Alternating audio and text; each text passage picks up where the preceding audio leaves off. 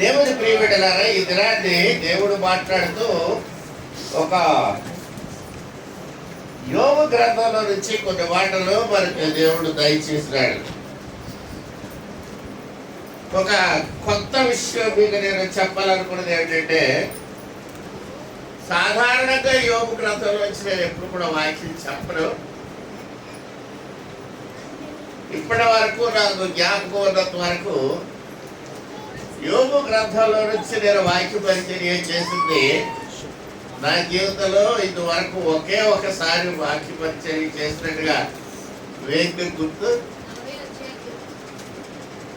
రెండవసారి ఈ దినాన్ని యోబు గ్రంథంలో నుంచి ప్రభు మాట్లాడుతూ ఉన్నాడు. హల్లెలూయా.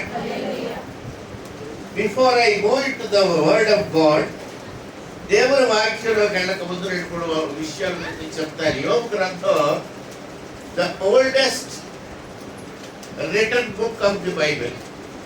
బైబిల్లో అతి పురాతనమైన వ్రాయబడిన గ్రంథం, మొట్టమొదట వ్రాయబడిన గ్రంథం యోబు గ్రంథం. చాలా మంది ఆదికాండం అనుకోవచ్చు, చాలా మంది మత్తయి సువార్త అనుకోవచ్చు, లేకపోతే ఇంకేదైనా పుస్తకం అనుకోవచ్చు. బట్ బైబిల్ స్కాలర్స్ అందరూ కూడా అగ్రీ అయ్యి రాసింది ఏమిటంటే, the oldest written book of the Bible ఏంటి అంటే యోబు గ్రంథం. డేక్స్ బైబిల్ అని ఒక బైబిల్ ఉందండి. డాక్టర్ డేక్ అనే ఆయన బైబిల్ గ్రంథాన్ని చాలా బాగా చదివాడు. చాలా మంది బైబిల్ గ్రంథాన్ని చాలా జాగ్రత్తగా చదివారు, మనలో కాదు. వాళ్ళ జీవితాన్ని అంకితం చేసి బైబిల్ చదివారు. They did nothing else but the study Bible. ఉద్యోగాలు వచ్చినా ఉద్యోగాలకు వెళ్ళకుండా బైబిల్ చదివారు. జీవితం మొత్తం అంతా వేరే వేరే విధంగా ఖర్చు పెట్టకుండా బైబిల్ చదివారు. అలాగే చదివిన వాళ్ళలో ఒక ఆయన డాక్టర్ డేక్స్, ఇంకొక ఆయన డాక్టర్ థామ్సన్, ఇంకొక ఆయన స్కాఫీల్డ్. వీళ్ళందరూ కూడా వేరు వేరు బైబిల్ గ్రంథం మీద వేరు వేరు కామెంటరీస్ రాశారు.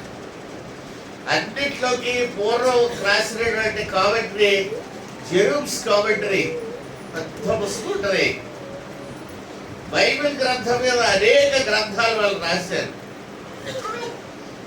అసలు ఈ రాసిన పుస్తకాలు మార్కెట్లో అమ్మేవారు కాదు, సెమినరీస్ లోనే అమ్మేవారు. నాకు ఈ పుస్తకాలు ఉన్నాయని తెలిసినప్పటి నుంచి అవి కొనుక్కొని చదవాలని విపరీతమైన ఆశ ఉండేది. డబ్బులు కూడా బాగానే కూడబెట్టుకునేవాడు నేను. నా దగ్గర బాగానే డబ్బు ఉండేది. చిన్నప్పుడు 18వ ఏట నుంచి నేను ఉద్యోగం చేస్తున్నాను కాబట్టి అందులోకి నేను ఆర్థిక శాస్త్రంలో పట్టభద్రుడిని. డబ్బు ఎలాగ ఖర్చు పెట్టాలో, ఎలాగ సంపాదించాలో శాస్త్రం అంతా చదువుకున్నాను విశ్వవిద్యాలయంలో. కాబట్టి డబ్బు కూడా నా దగ్గర ఉండేది, ఆసక్తి ఉండేది పుస్తకాలు చదవాలని. కానీ ఆ పుస్తకాలు మార్కెట్లో లేవు, కొనుక్కోవడానికి అమ్మేవారు కాదు. ఎక్కడ అమ్మేవారంటే సెమినరీస్ అని ఉంటాయి, పాస్టర్లు ట్రైనింగ్ అవుతారు, అక్కడే అమ్మేవారు. అయ్యి ఆ పాస్టర్లు వేసుకునే గౌను వేసుకుని వెళ్తేనే కానీ అవి ఇచ్చేవారు కాదు. అలాంటి గౌను పుట్టించుకోవాలన్న ఆసక్తి నాకు ఎప్పుడూ లేదు. కాబట్టి ఆ పుస్తకాలు నాకు వచ్చే అవకాశం చాలా తక్కువ. కానీ నేను ఏం చేసేవాడినంటే గౌన్ వేసుకున్న పాస్టర్ గారిని పట్టుకునేవాడిని. వాళ్ళకి కొంచెం డబ్బులు ఇచ్చేవాడిని ముందు. ఆ తర్వాత చెప్పేవాడిని, అయ్యగారు నాకు పలానా పుస్తకం కావాలి తెచ్చిపెట్టండి అనేవాడిని. వాళ్ళ పాప నాకు ఇచ్చే చిన్న చిన్న కానుకలకి ఆశపడి వాళ్ళు వెళ్ళి ఆ బుక్స్ పట్టుకొచ్చేవారు. అవి తెచ్చిన తర్వాత నేను వాటిని చాలా జాగ్రత్తగా చదివేవాడిని. పగలు రాత్రి దివారాత్రులు ఆ గ్రంథాలు చదివారు, చాలా పుస్తకాలు చదివారు, అదే ఇంకా చాలా ఉన్నాయి కూడా. ఆ గ్రంథాలు చదివితే నేను తెలుసుకున్నది ఏమిటంటే చాలా కొత్త విషయాలు నాకు బైబిల్ గురించి తెలిసాయి. బైబిల్ చదివితే తెలియని అనేక విషయాలు తెలిసాయి. దానివల్ల బైబిల్ని బాగా అర్థం చేసుకునే అవకాశం వచ్చింది. అంతేకాదు దేవుని బిడ్డలారా, లా చదవడం మొదలు పెట్టారు. చట్టం ఆంధ్ర విశ్వవిద్యాలయంలో మరి ఈ న్యాయశాస్త్రాన్ని 6 సంవత్సరాలు అధ్యయనం చేశారు. 6 సంవత్సరాలు న్యాయశాస్త్రం చదువుకున్నారు. 56 పరీక్షలు రాశారు. అందులో ఈ న్యాయశాస్త్రం చదువుకోవడం వల్ల దేవుడిచ్చినటువంటి ప్రథమ న్యాయశాస్త్రమైన ఈ బైబిల్ గ్రంథం చాలా క్షుణ్ణంగా అర్థమయ్యే అవకాశం కలిగింది. అదంతా చేసిన తర్వాత ఒక దినాన్ని కొండ మీద ఏకాంత ప్రార్థనలో ఉండి, ప్రభు ఇది చదువుకోవడానికి నేర్చుకోవడానికి నువ్వు నాకు అవకాశం ఇచ్చావు, కానీ నేర్చుకున్నవన్నీ కూడా కేవలం ఉపయోగం లేకుండా పోతున్నాయని నేను ప్రార్థన చేసినప్పుడు దేవుడు ఏమన్నాడంటే, this is only a training that I am imparting on you. నీకు నేను ఇచ్చేది తగ్గింది మాత్రమే, వాడవలసిన టైం ఉంది అప్పుడు వాడిది గారు అన్నాడు. నేను అనుకున్నాడు ఓ పక్క రిటైర్ అయిపోతున్నాడు, ఇంకెప్పుడు వాడుతున్నాడు అనుకుంటాను. దేవుడు చెప్తున్నాడు, ఇంకా చాలా టైం ఉంది, వాడిది గారు అన్నాడు. హల్లెలూయా. ఈ దినాన్ని ఈ వాక్యాన్ని ధ్యానిస్తుంటే దేవుడు మాట్లాడుతున్నాడు. ఈ ధర్మశాస్త్రంలో మొట్టమొదట వ్రాయబడిన గ్రంథం యోబు గ్రంథం. యోబు గ్రంథం భూమి మీద వ్రాయబడే టైంకి ఇంకా దేవుని ఉద్దేశంలో ఆయన ప్రణాళిక సంపూర్తి కాలేదు.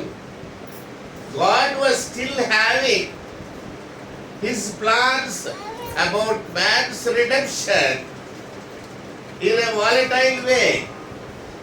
దాని అర్థం ఏంటంటే దేవుడు రక్షణ ప్రణాళిక ఇంకా తయారవుతున్న టైంలో ఈ యోబు గ్రంథం భూమి మీద వ్రాయబడింది. హల్లెలూయా. దేవుని ప్రణాళిక సిద్ధమవుతుంది అంటే ఇంకా భూమి మీద ఆదాం పుట్టలేదు. ఒకటి గుర్తుపెట్టుకోండి, నాకు దేవుడు చెప్పింది ఏంటంటే, నువ్వు పుట్టక ముందే నీ రక్షణ దేవుడు ఏర్పాటు చేశాడు. హల్లెలూయా. మనం పుట్టక ముందే మనకి దేవుడు రక్షణ ఏర్పాటు చేశాడు ముందు. అంటే దేవుడు ఎంత గొప్ప జ్ఞాని అంటే, మనం పుట్టక ముందే మనం పాపంలో పడిపోతామని సంగతి ఆయనకు తెలుసు. చాలా మంది ఏమనుకుంటారంటే ఆదాము పుట్టిన తర్వాత పడిపోతాడని దేవునికి తెలియదా అని ప్రశ్నిస్తే మూర్ఖులకి నేను చెప్పేది ఏంటంటే, ఈవెన్ ఆదాము తయారు కాకముందే ఆదాము పతనమైపోతాడన్న సంగతి దేవునికి తెలుసు. హల్లెలూయా. ఎంత జ్ఞానండి దేవుడు. ఆదాముని మట్టితో రూపించక ముందే God knows that this man is going to fall down. పడిపోతాడన్న సంగతి దేవుడు తెలుసు. అందుకని దేవుడు ఏం చేశాడంటే ముందే రక్షణ ప్రణాళిక తయారు చేసి తర్వాత మానవుడు చేశాడు. హల్లెలూయా. పాస్టర్ గారు అప్పుడప్పుడు ఉప్మా వండుతారు కదండి. ఉప్మా వండేటప్పుడు ఆవిడ ఆ తాలింపు పెట్టి అందులో నీళ్ళు వేసి ఆ నీళ్ళల్లో ఉప్మాను వేసేటప్పుడే బలమైన ప్లేట్లు అప్పుడే తుడిసేస్తూ ఉంటారు. అంటే ఏంటన్నమాట, ముందు ప్లేట్ రెడీ చేసేస్తారు, ఉప్మా ఇంకా అవ్వకముందే. ఇక్కడ ప్లేట్లు రెడీ అవ్వగానే నేను చూసాను, ఇక్కడ ప్లేట్లు తయారవుతున్నాయి, నాకు ఉప్మా అవుతుంది అనమాట మేడం తెలిసిపోతుంది నాకు ముందే. కాబట్టి even before the meal is prepared the table is arranged. అలాగా దేవుడు రక్షణ కార్యాన్ని ముందు చేసేసాడు, తర్వాత మనల్ని చేశాడు. హల్లెలూయా. మీలో రక్షణ లేని వాళ్ళు ఏం చేయాలి తెలుసండి, మీరు గుర్తుపెట్టుకోండి, even before you are born మీరు పుట్టక ముందే మీ రక్షణ ప్రణాళిక సంపూర్తి అయిపోయింది. హల్లెలూయా. ఇక మీరు చేయవలసింది ఏంటంటే వచ్చి రక్షణ అందుకోవడమే. ఆయన ఇచ్చిన రక్షణ అందుకోవడమే. అలా రక్షణ అందుకుంటే ఏమవుతుందో తెలుసండి, రక్షణ అందుకున్న వారి పేర్లు పిలుచుండగా నేను కూడా చేరియుందురచ్చుతాను. మనం ఫ్యూనరల్లో పాడతాం ఈ పాట. ఏమని? అత్యధీన బంధుదూత పూరనూదు చుండగా. చెప్పండి. రక్షణ అందుకున్న వారి పేర్లు పిలుచుండగా నేను కూడా చేరియుందురచ్చట. నేను కూడా చేరియుందు, నేను కూడా చేరియుందురచ్చట. దేవుడు అక్కడ రక్షణ అందుకున్న వారి పేర్లు పిలుస్తూ ఉంటాడు. ఆల్రెడీ రక్షణ ఇదే, రక్షణ వారికి ఇవ్వబడింది. దాన్ని అందుకోవడం ఒకటే మనకు ఉందండి. హల్లెలూయా. ఈ అందుకోవడం రక్షణ ఇవ్వబడింది అని చెప్పడం అనేది బైబిల్ గ్రంథంలో యోబు గ్రంథంలో రాయబడింది. హల్లెలూయా. రైట్. యోబు గ్రంథంలో ఉన్న ప్రాముఖ్యమైన 2-3 అంశాలు, మొదట్లో విషయాలు మాత్రమే నేను చెప్తాను. అది మీరు గ్రహిస్తారని ఆశపడుతున్నారు. బిఫోర్ యూ డూ దాట్ ఇంకొకటి కూడా చెప్తాను. నేను కొత్తగా స్టేట్ బ్యాంక్ లో జాయిన్ అయినప్పుడు క్యాషియర్గా జాయిన్ అయ్యానండి. అంటే క్యాష్ డిపార్ట్మెంట్ లో జాయిన్ అయ్యాను. క్యాష్ డిపార్ట్మెంట్ లో లక్షలు కోట్ల రూపాయలు ఉండి కొంచెం ఒళ్ళు దగ్గర పెట్టుకోవాలి, లేకపోతే డబ్బులు పోయే అవకాశం కూడా ఎక్కువ ఉండేది. ఆ దినాల్లో రూపాయి పోయినా పెట్టుకోవడం చాలా కష్టం. ఎందుకంటే రూపాయి ఇస్తే భోజనం వచ్చేది. ఆ రోజుల్లో రామకృష్ణ హోటల్లో రూపాయి పోయినా పెట్టుకోవడం కష్టమే. ఆ భయంకరమైన కౌంటర్స్ లో పనిచేసేటప్పుడు మా క్యాష్ ఆఫీసర్ ఒక ఆయన ఉండేవాడు. ఆయన వెనకాలకు వచ్చి చెప్పాడు. ఏం చెప్పాడంటే మంత్రోపదేశం చేశాడు.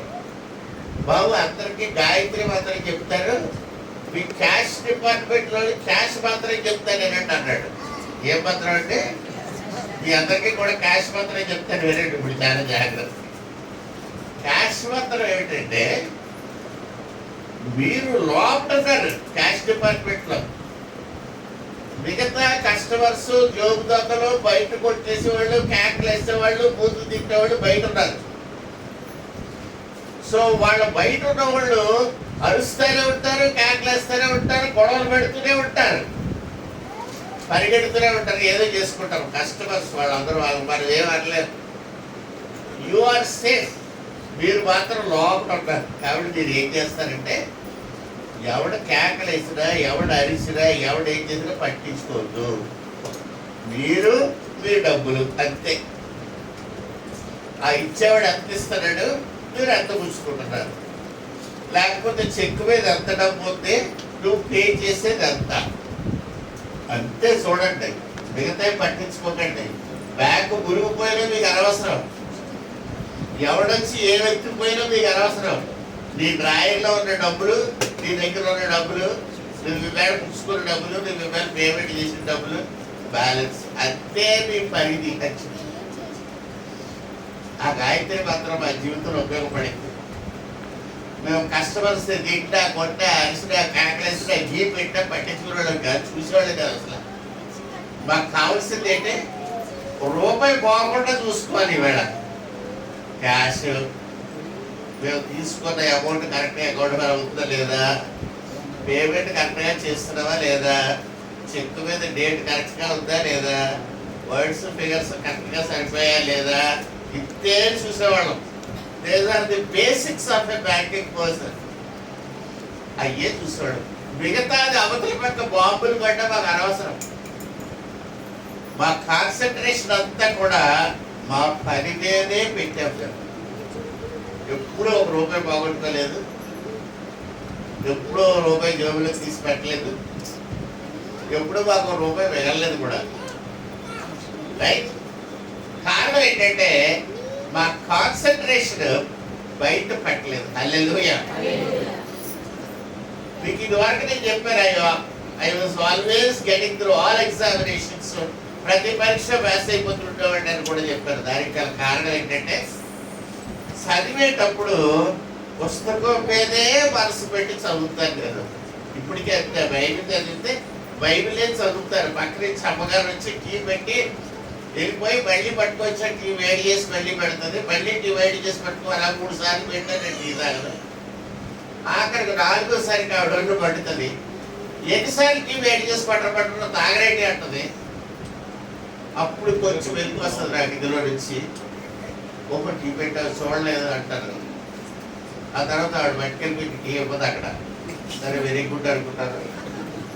నేను కూడా ఏమన్నా కాముగా వెళ్ళి నా ఎలక్ట్రిక్ కెటిల్లో టీ పెట్టుకొని తాగేసి కాము ఉంటుంది.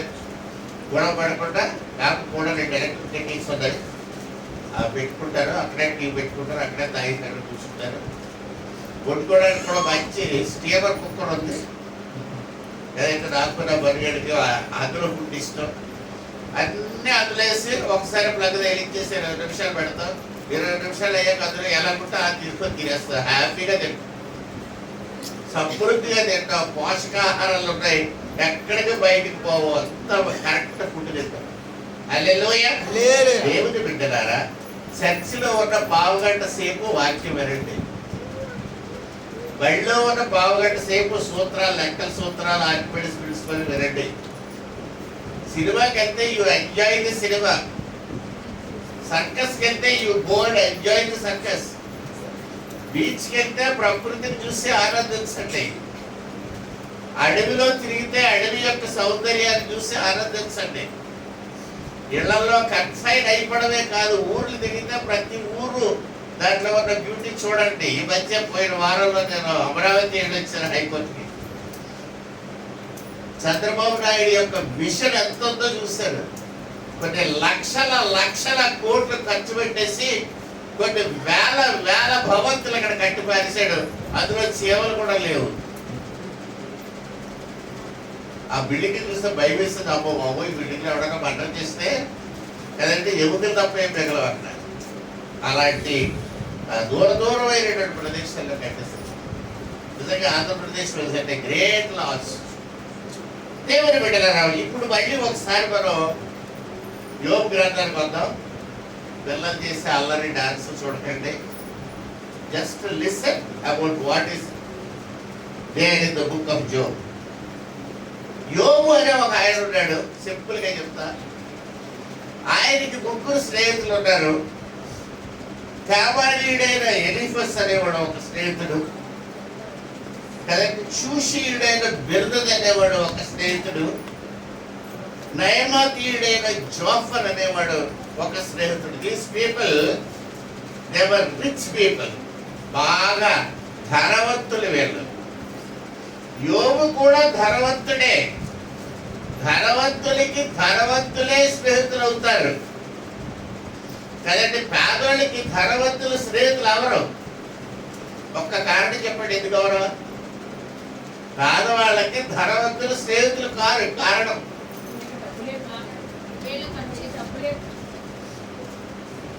ఏమంటే అయిపోయినా సడన్ గా అంటే పేదవాళ్ళకి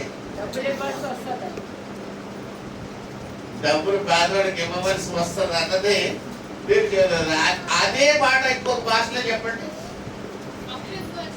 అప్పుడు కరెక్ట్. పేదవాళ్ళు ఎక్కడ అప్పుడుతున్నట్టు ధనవంతులు పేదవాళ్ళకి స్నేహితులుగా ఉండరు కదండి. కుచేరుడు శ్రీకృష్ణుడు కథ మీకు తెలుసు. కుచేరుడు కటిక దరిద్రుడు, గప్పటి మంది పిల్లలు.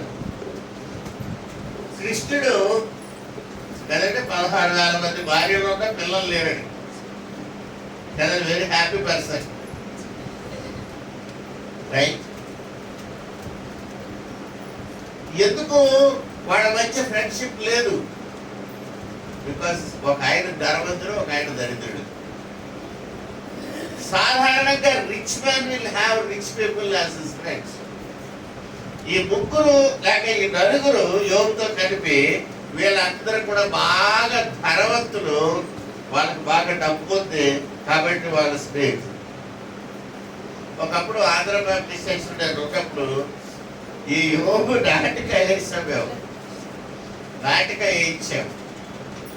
ఈ నాటికాయ వేయించినప్పుడు అందులో బిల్దదాన్ని ఒక పేరున్న అతనికి నత్తి, ఆయనకి ఏ డైలాగ్ చెప్పిన తక్కుతాడు. చాలా కష్టపడి అతనికి డైలాగ్స్ నేర్పిస్తూ ఉండేవాళ్ళం. ఈ ముగ్గురు ఫ్రెండ్స్ యోగుని చూడడానికి వచ్చారు. ఎప్పుడు వచ్చారట? యోగుకి కష్టకాలం వచ్చింది. యోగుని సాతానుడు పరీక్షించినప్పుడు, యోగు యొక్క ఆస్తి అంతా పోయినప్పుడు, యోగు యొక్క ఆరోగ్యం అంతా పోయినప్పుడు,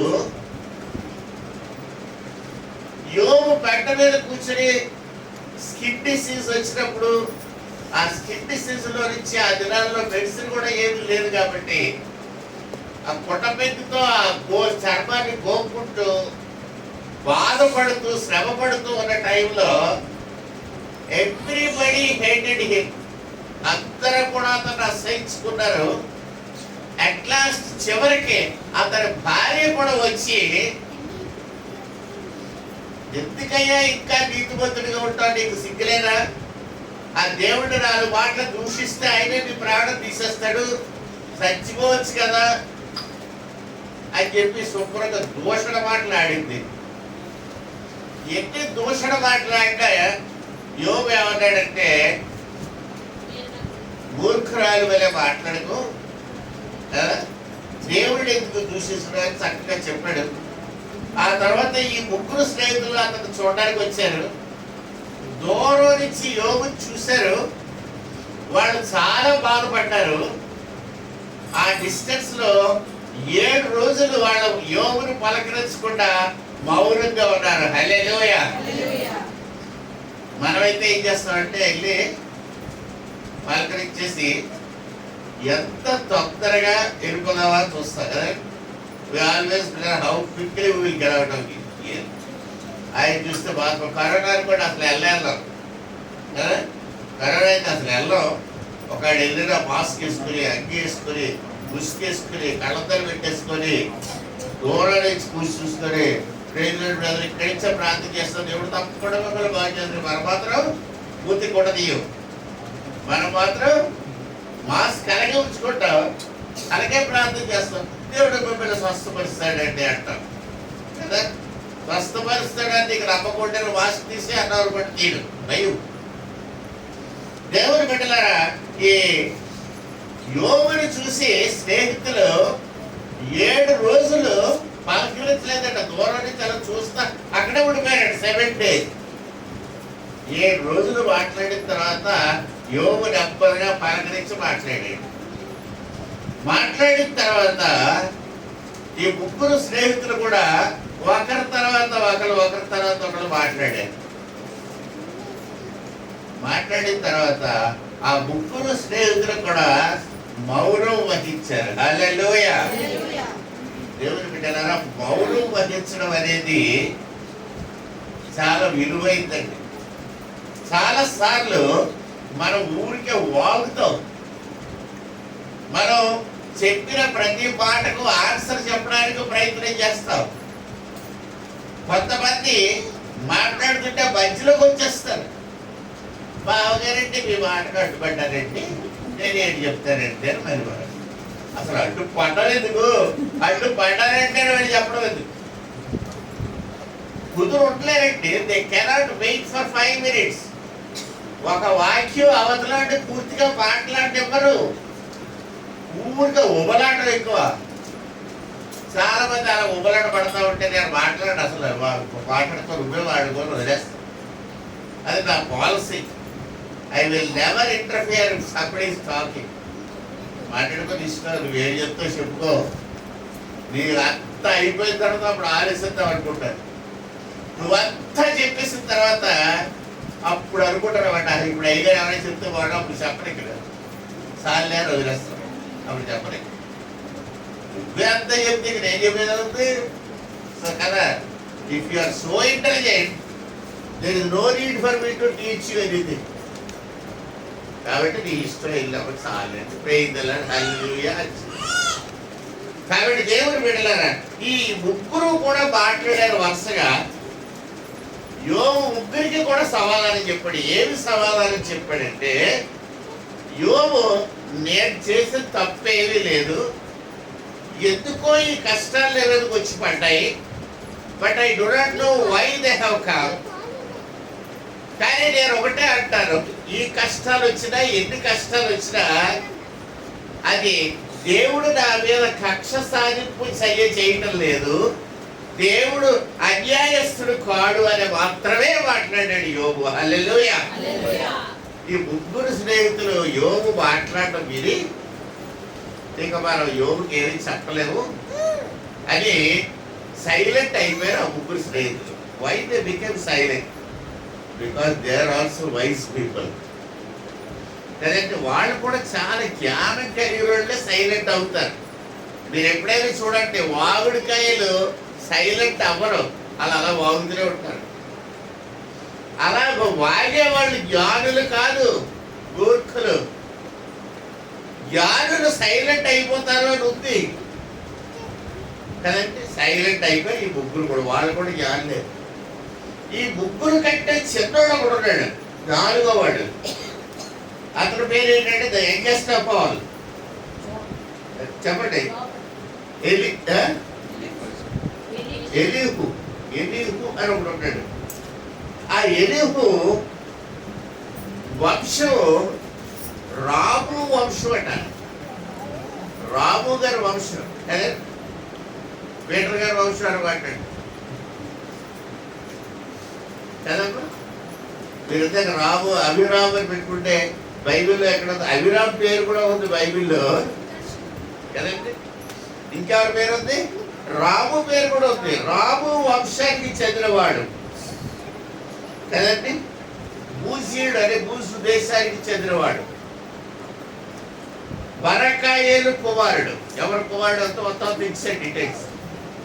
ఈ ఎలీహు అన్నవాడు అందరికంటే చిన్నవాడు. కానీ చిన్నోడు ఒక్కొక్కసారి చాలా తెలివిగా మాట్లాడతాడు. 32వ అధ్యాయం తీసి అందులో నుంచి అక్కడక్కడ చదువుతారు. హౌ ఇంటెలిజెంట్ హీఈస్ అన్నది చూడండి. తెలివైన వాళ్ళు పెద్దోళ్ళు వయసు మీరిపోయి 70 ఏళ్ళు దాటే తెలివితేటలు వస్తాయి అనుకోవద్దు. కొంతమంది చిన్నప్పటి నుంచి కూడా తెలివితేటలు కలిగి ఉంటారు. కొంతమంది 75 ఏళ్ళు వచ్చినా సరే తెలివితేటలు రావు, వాళ్ళ జ్ఞానదత్వం రాదు. ఎందుకంటే జ్ఞానదత్వం చిన్నప్పుడే పుచ్చిపోద్ది కదండి. ఎందుకు పుచ్చిపోద్ది అంటే జ్ఞానదత్తం మిగతా దంతాలన్నీ పుచ్చిపోయాయి కనుక జ్ఞానదత్తం కూడా పుచ్చిపోద్ది. జ్ఞానదత్తం వచ్చే వరకు జ్ఞానం రాదని కాదు. రైట్. 32వ అధ్యాయం తీస్తే అందులో 6వ వచనంలో 2వ భాగం నేను చదువుతున్నాను. నేను పెద్ద వయస్సు గలవాడను, నేను బహువృద్ధుడు, ఆ హేతువు చేత నేను భయపడిన తాత్పర్యము నీకు తెలుపుటకు తెగింపలేదు. చిన్నోడు చెప్తున్నాడు, నేను చిన్నోడిని, మీరు పెద్దోళ్ళు, అందుకని నా ఉద్దేశం చెప్పడానికి నేను భయపడ్డాను అని చెప్తున్నాడు. అంటే చిన్నోడైనా సరే మర్యాదస్తుడు. చిన్నోడు ఇష్టం వచ్చినట్టు పెద్దోడు మాటల్లోకి దూరితే బాగోదు. పిండి సంబంధం మాట్లాడుతున్నాం అనుకోండి మనం, అలాంటప్పుడు చిన్నపిల్లలు గబగబా వచ్చేసి మా అమ్మాయిని ఇచ్చేసామంటే అన్నాడు అనుకోండి, ఎలా ఉంటుందండి? ఊరిలో వినగా వచ్చామా వాళ్ళకి తైలేస్తాం. కాబట్టి పెద్దోడు మాట్లాడేటప్పుడు పిల్లలు రాకూడదు. ఈ మర్యాద తెలిసినాడు ఇతను ఎలీహు కదండి. ఎలీహు అతను ఏమంటున్నాడంటే నా ఉద్దేశం నేను చెప్పలేదు. వృద్ధాప్యము మాటలాడదురు, అధిక సంఖ్య గల ఏళ్ళు జ్ఞానమును బోధింపతగునని నేను అనుకుంటుని. అయినను నరులలో ఆత్మ ఒకటే ఉన్నది. ఇప్పుడు ఇతను చెప్తున్నాడు స్టోరీ, అసలు స్టోరీ ఏం చెప్తున్నాడంటే, నేనేదో వయసు తక్కువ అని మాట్లాడడానికి బాగుంటుందని నేను ఎంతసేపు మాట్లాడలేదు. కానీ ఇప్పుడు నేను మాట్లాడదలుచుకున్నాను. కారణం ఏంటంటే నాలో ఒక ఆత్మ ఉన్నది. ఆ ఆత్మ ఎక్కడి నుంచి వచ్చిందట కదండి? సర్వశక్తుడగు దేవుని ఊపిరి వారికి వివేచన కలుగజేయును. ఎక్కడి నుంచి వస్తుంది మనకి వివేచన? వివేచన అంటే ఏమిటి అసలు కదండి? వాట్ ఈస్ వివేచన? Discriminating between good and evil, మంచి చెడులకు మధ్య తారతమ్యం తెలుసుకోవడం అనేది వివేచన. ఈ వివేచన ఎక్కడి నుంచి వస్తుందట? దేవుని ఊపిరి వలన మానవులకు కలుగుతుంది. హల్లెలూయా. ఆ దేవుడు మనకి జీవాత్మ ఊదాడన్న విషయాన్ని అందరికంటే చిన్నోడు చెప్తున్నాడండి. అందరికంటే చిన్నోడు. And he is advising everybody else. పెద్దోడు అందరికీ చెప్తున్నాడు. నేను మాట్లాడాలని అనుకున్నాడు కానీ బికాజ్ నేను చిన్నోడని చెప్పి మాట్లాడలేదు. కానీ నాలో ఒక ఆత్మ ఉన్నది. ఆ ఆత్మ దేవుడు ఊదిన జీవాత్మ. ఆ జీవాత్మ దేవుడు ఊదాడు కనుక దేవుడు ఎంత ముసలుడు, ఆ ఆత్మ కూడా అంత ఓల్డ్, అంత ఏజ్డ్. సో ఆ ఆత్మకి తెలుసు what is good and what is evil. నీవు మనందరికీ కూడా దేవుడి జీవాత్మ ఊది. ఆ జీవాత్మని నీవు రికగ్నైజ్ చేయగలిగితే, నాలో దేవుని ఊపిరి ఉన్నది అన్న సత్యము నువ్వు గుర్తించగలిగితే అది నీలో వివేకాన్ని జరింపజేస్తుంది. హల్లెలూయా. అది గుర్తు లేనంత కాలం you are as fool as anybody else. నువ్వు ఎంత మూర్ఖులు అంటే మనం ఆ మూర్ఖత్వంలోనే ఉండిపోతాం. కానీ ఒక్కసారి దేవుని ఆత్మ నీలో ఉన్నదంటే సత్యాన్ని గ్రహిస్తే నీకు అవేకని కలుగుతుంది, వెలుగు కలుగుతుంది. హల్లెలూయా.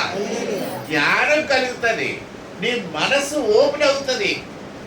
నువ్వు ఏ సబ్జెక్ట్ ఎలా చదవాలో నీకు అర్థమైపోద్ది. The whole world you can understand. ప్రపంచంలో ఉన్న సమస్త ప్రాబ్లమ్స్ నీకు అర్థమవుతాయి. దేవుని జ్ఞానాత్మ మనలో ఉన్నదన్న సంగతి నీకు తెలిసిన how many of you do know about కదండి. ఇహలోక దేవత మీ మనోనేత్రములకు గుడ్డితనం కలిగించినందువల్ల మీరు ఏం చేస్తున్నారు?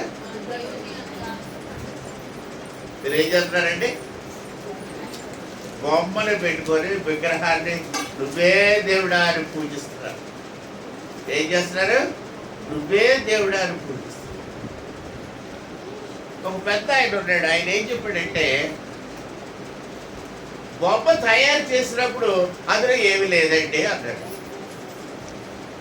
బొమ్మ తయారు చేసినాడు. అడవిలోకి వెళ్ళాడు కార్పెంటర్, చెట్టు కొబ్బరి అరికాడు, తెచ్చాడు, బొమ్మ చేశాడు, చక్కగా చేశాడు. దాంట్లో అన్వాంటెడ్ మెటీరియల్ అంతా తీసేసాడు. ఒక చక్కని డైట్ చేశాడు, ఒక బొమ్మ చేశాడు. ఆ బొమ్మకి పసుపు రాశాడు, ఇంకేదో రాశాడు, సొంటి రాశాడు, పౌడర్ రాశాడు, మిరపకాయ రాశాడు, ఉల్లిపాయ రాశాడు, అక్కడ పెట్టాడు. నువ్వే దేవుడు అన్నాడు. దానికి దండం పెట్టి ఆ తర్వాత ఏమన్నాడంటే, దాంట్లో దైవత్వం లేదు అన్నాడు. నేను చెప్పేది ఎవడన్నాడంటే, ఒక పెద్ద స్వామీజీ అన్నాడు. నేరుగా చెప్పేది. ఆ స్వామీజీ ఎవరన్నాడంటే, there is no God in the doll. ఆ బొమ్మలో దైవత్వం లేదన్నాడు. అప్పుడు ఒక ఆయన అడిగాడు, అంటే మరి దైవత్వం ఎలాగొస్తుంది సార్ అందులోకి అన్నాడు. అప్పుడు ఈ చెప్పాడు, నీలో ఉన్న దైవత్వం ఆ బొమ్మలోకి కరెక్ట్ పదం చెప్పండి. ఏం చేయాలట? పంపించాలి. పంపింగ్ కదా. How do you pump God into a doll? ఒక శిలలోకి, ఒక కర్రలోకి, ఒక ఇనప బొమ్మలోకి దైవత్వాన్ని నువ్వు పంపించాలి అంటే ఎలాగ పంపించాలా? ఆ పంపించడం అనే పదం వాళ్ళు వాడే పదం ఏమిటి? తెలియదు కదండి. నేను చెప్తా వినండి. నీలో ఉన్న దేవుణ్ణి ఆ బొమ్మలోకి ఆపాదించాలి అని. ఆపాదించుట అంటే you just push that God into the doll. Push it అంటే ఏమవుతుంది? ఇట్ అంటే it has no life. It అన్నది వస్తువు, హీ కాదు, షీ కాదు. You push that means it into the doll. How do you push it? ఆపాదించు అన్నాడు. ఇంకొక ఆయన అన్నాడు, sir how can you send God from you into the doll? నీలో ఉన్న దేవుణ్ణి నువ్వు ఎలా బొమ్మలోకి పంపించగలవు అన్నాడు. అంటే ఈ స్వామిజీ ఎవరనంటే త్రోహిమన్నాడు, పారే. నీలో ఉన్న దేవుడిని తీసి బొమ్మలో పారే. వెళ్తాడండి. అప్పుడు నేను నిబంధన పక్క నుంచి ఏమన్నానంటే, అయ్యా ఫస్ట్ ఆఫ్ ఆల్ అసలు నీలో దేవుడు ఉన్నాడా అన్నాడు. Is God within you? Did you realise that God is within you? నువ్వు నీలో దేవుడు ఉన్నాడు అని అనకపోతే నీలో ఏముంది? దెయ్యం ఉంది. ఇప్పుడు నువ్వు ఆపాదించేది ఏంటి? దెయ్యం. ఈ దెయ్యాన్ని ఎక్కడ ఆపాదిస్తున్నావు? బొమ్మలోకి ఆపాదించి ఏం చేస్తున్నావు? దానికి దండ పెడుతున్నావు. Who are you worshipping? ఎవరిని ఆరాధన చేస్తున్నావు? విగ్రహాన్ని ఆరాధన చేస్తున్నావంటే ఒక బాపనోడు తన మనసులో ఉన్న దెయ్యాల్ని అందులోకి ఆపాదిస్తే దానికి నువ్వు దండం పెడుతున్నావు. How many of you want go to worship like that? ఎంతమందికి ఇష్టం అంటే అలాగే వెళ్ళి ఆరాధించడం, దెయ్యానికి నమస్కారం పెట్టడం ఎంతమందికి ఇష్టం? దెయ్యానికి నమస్కరించి పూజించే వాళ్ళు దెయ్యాలే, తిరిగిలేదు. Don't go there. అపొస్తలుడైన పౌలు చెప్తున్నాడు, విగ్రహారాధనకు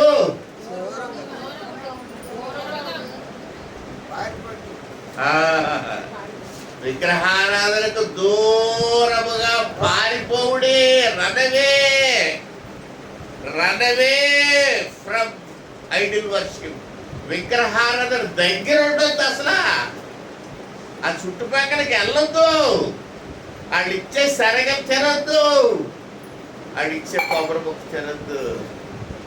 దూరముగా పారిపోవుడి. వ్యభిచారానికి దూరముగా పారిపోవుడి. బైబిల్ గ్రంథంలో 27 పుస్తకాలు అపొస్తలుడైన పౌలు రాశాడు కొత్త నిబంధనలో. 27 పుస్తకాల్లోనూ ఆయన వార్నింగ్ ఇస్తున్నాడు, రన్నవే, దూరంగా పారిపోండి.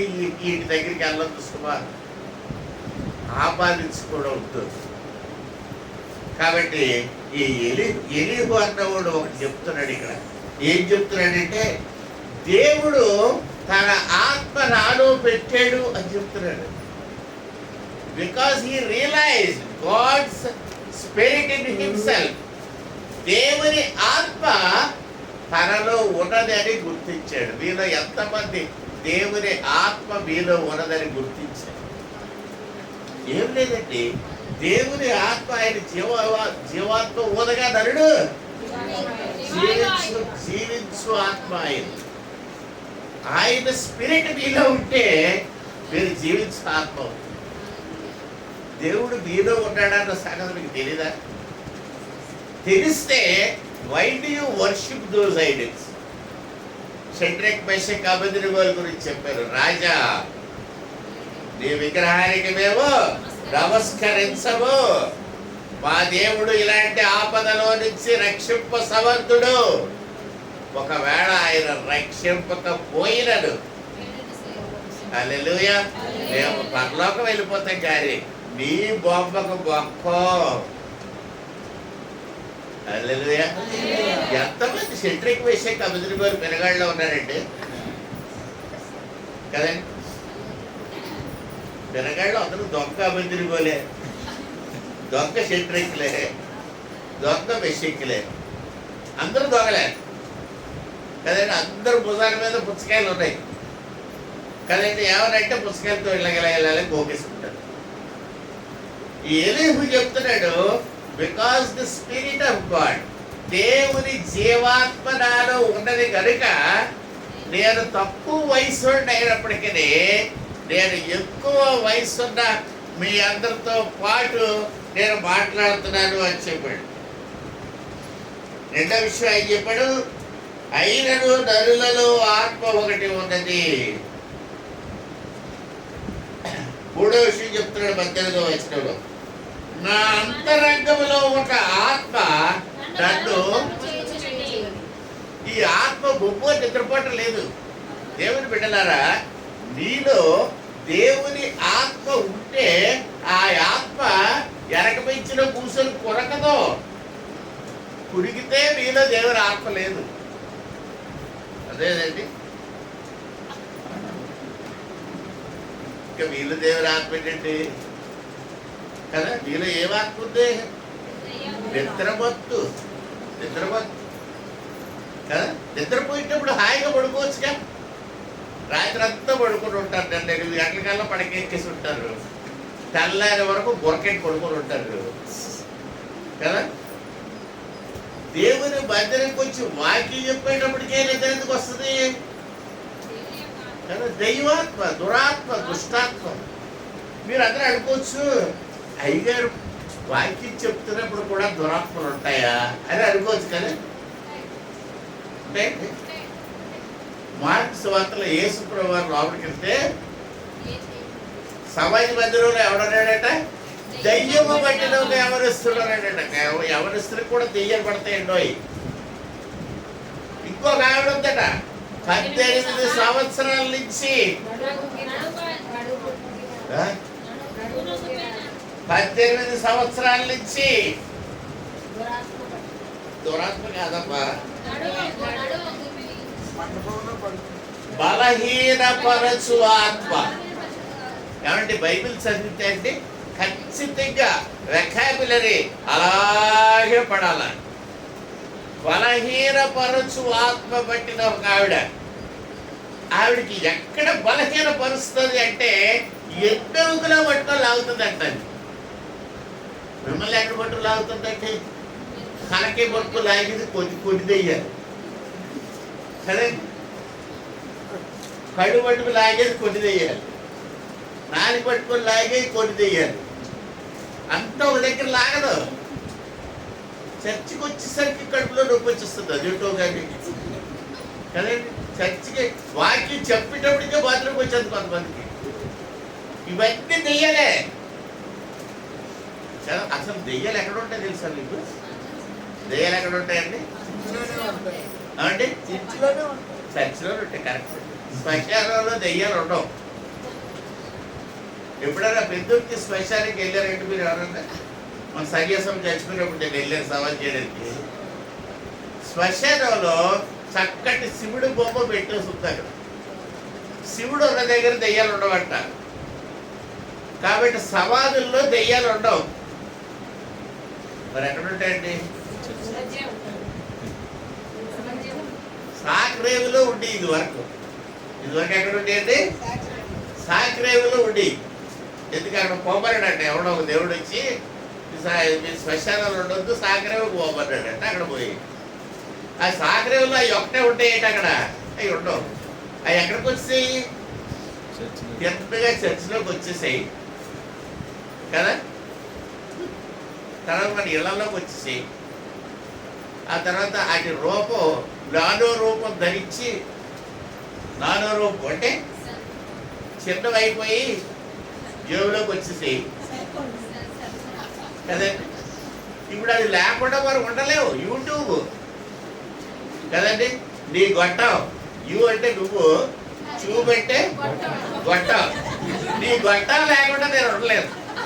యూట్యూబ్ కదండి. యూట్యూబ్ లేకపోతే మనకు అసలు పచ్చడి, గోకూర పచ్చడి ఇదివరకు చేసేస్తుంది మా నాన్నమ్మ. ఇప్పుడు గోకూర పచ్చడి చేయాలంటే నీ గొట్ట ఉండాలి. ప్రతి దానికి నీ గొట్టమే రాత్రి 1 గంటనే అంటానే ఉంటుంది నీ గొట్టం, అది ఆగదు. కాబట్టి దేవుని ప్రియబిడ్డలారా జ్ఞాపకం పెట్టుకోండి, ఈ గొట్టాలకు అలవాటు పడిపోయి పెట్టుకోరు కదా. నా అంతరంగములో ఉన్న ఆత్మ నన్ను బలవంతము చేయించున్నది. ఈ ఎలీహు అన్నవాడు అంటున్నాడు, ఓ యోబు, ఓ బిల్దదు, ఓ ఎలిఫసు, ఓ జోఫరు, you are elders to me, కానీ నేను మీకంటే చిన్నోండి. But the spirit of God, దేవుని ఆత్మ నాలో ఉంది. నాలో ఉన్న దేవుని ఆత్మ నన్ను బలవంతము చేయించున్నది. దేవుని ఆత్మ బలవంతం చేస్తుంది. దేవుని ఆత్మ లొంగిపోదు. షడ్రక్ మెషక్ అబేద్నెగోలు అక్కడ నిలబడి, రాజా నీ బొమ్మకు నమస్కారం పెడతావు, మాకు సుప్రీంకోర్టు జడ్జిగా ఇచ్చేవా ఉద్యోగం అంటే ఇచ్చాడు ఆ రాజు, ఇచ్చేస్తాడు కదా. రాజా నీకు నమస్కారం పెడతావు, సామంతరాజుగా నన్ను వేసుకోవాలంటే మెషక్కి సామంతరాజుగా వేసుకోడా నెబుకద్నెజరు. రాజా నువ్వెందుకు మమ్మల్ని యెరూషలేము నుంచి ఇక్కడ తీసుకొచ్చావు, మా ఊరు పంపించే, నీ బొమ్మకు దండం బాబా అంటే ఆడు పంపించాడా కదండి. బంగారం ఇచ్చి బంగారపు రథం మీద గుర్రాలు పెట్టి నా రథం మీద నేను యెరూషలేము పంపించేస్తాను, నా బొమ్మకు దండం పెట్టండి అంట నెబుకద్నెజరు రాజు. మరి వాళ్ళు అలాగే అంటారా? అనలేదు. వాళ్ళు ఏమంటారు? ఏమంటారండి? రాజా క్వశ్చన్ లేదు, ఎందుకంటే దేవుని ఆత్మ మాలో బలవంతము చేయించున్నది. The spirit of God is forcing us. We are not going to obey your orders. Right. 4వ విషయం చూద్దాం. నేను ఎవరికి ముఖస్తుతికై బిరుదులు పెట్టను. 21వ వచనం 2వ భాగం చూడండి. నేను దయచేసి వినండి, నేను ఎవరి ఎడల పక్షపాతినై ఉండను కదండి. నేను ఎవరికి కూడా పక్షపాతినై ఉండను కదండి. పక్షపాతినై ఉండను. నేను పక్షపాతిగా ఉంటే నాకు అంత లాభమే కదండి. నేను రమ్యను లేకపోతే ఆశ జ్యోతిలో మీరు చాలా మంచి వాళ్ళు అమ్మ అన్నారు అనుకోండి కదండి. నాకు అటువంటి పట్టుకొచ్చేటప్పుడు మంచి మంచి మొక్కలు వేసి పట్టుకొస్తారు కదా, పట్టుకొస్తారా లేదండి? ఎక్కువ పట్టుకొస్తారు, బాగా మంచి ఏరేరు అడుగు నుంచి కార్యాలు అవి ఇవన్నీ తీసేస్తారు. అదే నేను ఎవరికి పక్షపాతినై ఉండను అని అనుకోండి, ఏదో మొక్క అయిలే పాస్టర్ తింటారులే దుప్పైతే అంటారా అంటారు. పక్షపాతినై ఉంటే నాకు మేలు కలుగుతుంది. కానీ ఇక్కడ ఈ ఎలీహు చెప్తున్నాడు, ఏం చెప్తున్నాడు? ఎలీహు ఏం చెప్తున్నాడండి? నేను ఎవరికి ముఖస్తుతికై బిరుదులు పెట్టను. మనం ఎవరినైనా పిలుస్తాం కదండి, పిలిచి ముఖస్తుతి కోసం వాళ్ళు ఏం చెప్తారు తెలుసండి? ఏం చెప్తామండి? ఏం చెప్తాడు? నేను అదే చేస్తాను. నేను వైగ్లైజర్ కూడా ఏం చేయాలి తెలుసు, అయ్యా మాకు సిమెంట్ రోడ్ వేయించండి. నీ పేరు పెట్టుకుంటావు దేనికి?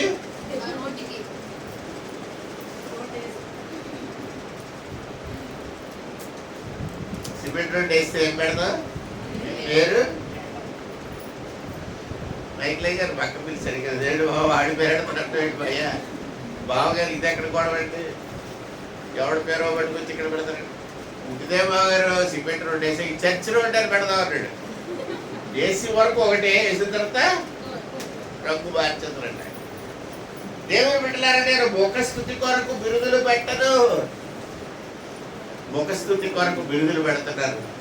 డాక్టర్ రెవరెండ్, ఆర్చ్ బిషప్, అపోస్తలుడు పేరు పెడతలేదు మనమే చర్చెస్ లోనే. నువ్వు రెవరెండ్ ఎవడరా నీకు ఇచ్చాడు పెట్టమని? Who gave you that right to put reverend before your name? ఒకసారి మా అన్నయ్యని అడిగాను, మా అన్నయ్య కూడా రెవరెండ్ అని పెట్టేసుకున్నాడు. ఎవడు పెట్టాడని నీకు రెవరెండ్ అని. ఏమన్నా పోస్ట్ మ్యాన్ ఉత్తరం తీసుకొచ్చాడు, దాని మీద ఆడిగా రాశాడు రెవరెండ్ అని. ఎవడు రాశాడంటే పోస్ట్ మ్యాన్. మరి పోస్ట్ మ్యాన్ రాస్తే రాజు నువ్వు పెట్టేసుకున్నాడు, మరి గాడి అలాగే రాశాడు కదా, అందుకే నేను పెట్టేసుకున్నాను. ఒక డ్రిల్ మాస్టర్ ఉండేవాడు మా స్కూల్లో. ఆ డ్రిల్ మాస్టర్ రిటైర్ అయిపోయాక వాడు కూడా రెవరెండ్ అని పెట్టేసుకున్నాడు. ఒకసారి వెళ్ళి నేను అడిగాను, ఒరే డ్రిల్ మాస్టర్, ఒరే డ్రిల్ మాస్టర్, ఎందుకంటే ఆ డ్రిల్ మాస్టర్ నేను అసలు లెక్క చేయడం పోరాని ఉంటాను. నేను స్కూల్లో ఉన్నంతసేపు ఏ మాస్టర్నే లెక్క చేయలేదు, పోరాని మాస్టర్లు. మాస్టర్లు గారు తిరగబడి మళ్ళీ నన్ను ఏమన్నా అంటే, మేడం గిటిగిరా ఇసిరంతా జాగ్రత్తనే వాడు. ఏముందండి మేడం 3 ఇటుకురాళ్ళు ఉండి ఒక ఇటుకురా ఇస్తారు, ఇంటికాడు వెళ్తూ అడిసి ఏం చేద్దాం, పట్టుకోగలరా? 1400 మంది స్టూడెంట్లో నన్ను పట్టుకోగలరా కదా. మళ్ళీ మాట్లాడాడు, వేరే ఇటుకురా పెడేస్తే జాగ్రత్త, దండ పెట్టిస్తారు మాస్టర్లు. నమస్కారం బాబు, రాయి రెడీ పడికిరా బాబు, నువ్వు అలాంటివే. దేవుని బిడ్డలారా, ఆ డ్రిల్ మాస్టర్ రెవరెంట్ అని పెట్టేసుకున్నాడు. ఎవడన్నా ఇచ్చాడు నీకు రెవరెంట్ అంటారు. అంటే మాస్టర్ ఎవరన్నా తెలిసండి, ఎవడో ఇవ్వాలంటరా, నేనే పెట్టేసుకుంటాను అన్నాడు. ఇప్పుడు మీరు బరిల్ గ్రౌండ్కి వెళ్ళి చూస్తే ఆ రెవరెంట్ అని పేరు ఉంటుంది ఆ మాస్టర్ బోర్డు మీద కదా. ఎవడు పెట్టుకుంటాడు? సైతాన్ ఇస్తుందండి పేర్లు. ఇక్కడ చెప్తున్నాడు, దేవుని ఆత్మ కలిగిన వాడు ఎవడు రెవరెంట్ అని ఎవడండి. అసలు రెవరెంట్ అంటే మీకు ఎవరో తెలుసా అండి? ఒకసారి పోలీస్ స్టేషన్కి వెళ్ళాను, ఈ గొడవ గురించాను. వెళ్తే అక్కడ ఎస్ఐ గారు, రెండు పాస్టర్ గారు కూర్చోబెట్టి, ఏమంటే రవ అంటే ఏంటండి అని అడిగాడు. రవ ఏంటరా బాబు, రవ దోశలేగా, రవ ఏంటండి అన్నారు. అది కాదండి, మీరు పాంప్లెట్ల మీద పెళ్లి కార్డుల మీద రవ అని రాస్తారు కదా, అంటే ఏంటంటారండి కదా. అంటే పూర్తిగా పోలీస్ డిపార్ట్మెంట్లో ఒక ఎస్ఐ గారికి కూడా ఆ రెవ అంటే ఏంటో తెలియదు అనమాట. మీలో ఎంతమందికి తెలుసా అంటే, మీరు క్రైస్తవ బిలీవర్స్గా ఎంతమందికి రెవరెంట్ అంటే ఇది ఏంటో తెలుసా? ఎందుకు రాసుకుంటున్నారో తెలుసా?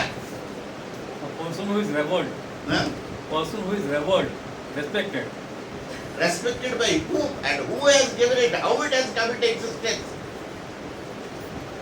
how that word came into existence, how it come into our dictionaries. ఎక్కడి నుంచి వచ్చింది, ఎవడు పెట్టాడు, ఎవడు కనుక్కున్నాడు ఆ వర్డ్ని, ఎలాగొచ్చింది నేను చెప్తాను ఇవ్వండి వినండి.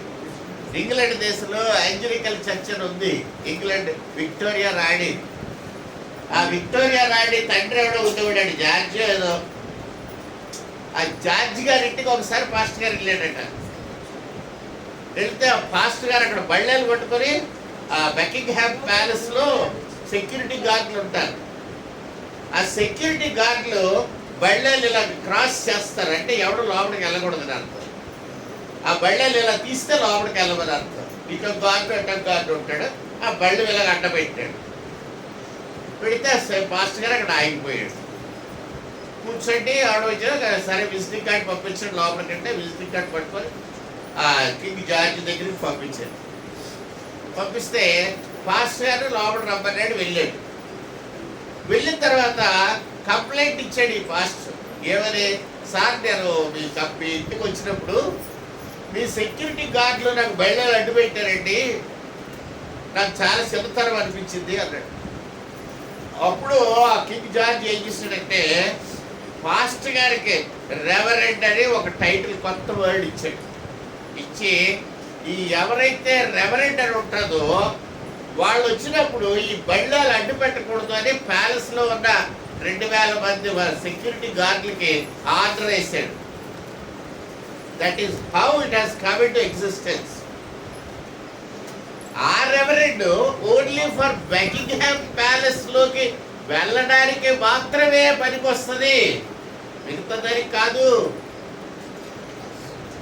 ఈవేళ ప్రతి